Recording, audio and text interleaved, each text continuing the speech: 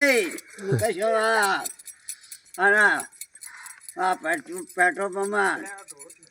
હા ને મારી જોગ માયા અને મારી કાકા માતા સુરેશને અરે ખમાન મજા હે પંચવાળો સભાવાળો હે સુરેશભાઈ હા ઘોડિયાળા પંપમાં અને સુરેશ મારો અને ખમાન મજા મારી કાકા જો ખમાન મજા ન કરે મારું જગત માતાનું ધૂણું લાદા પડે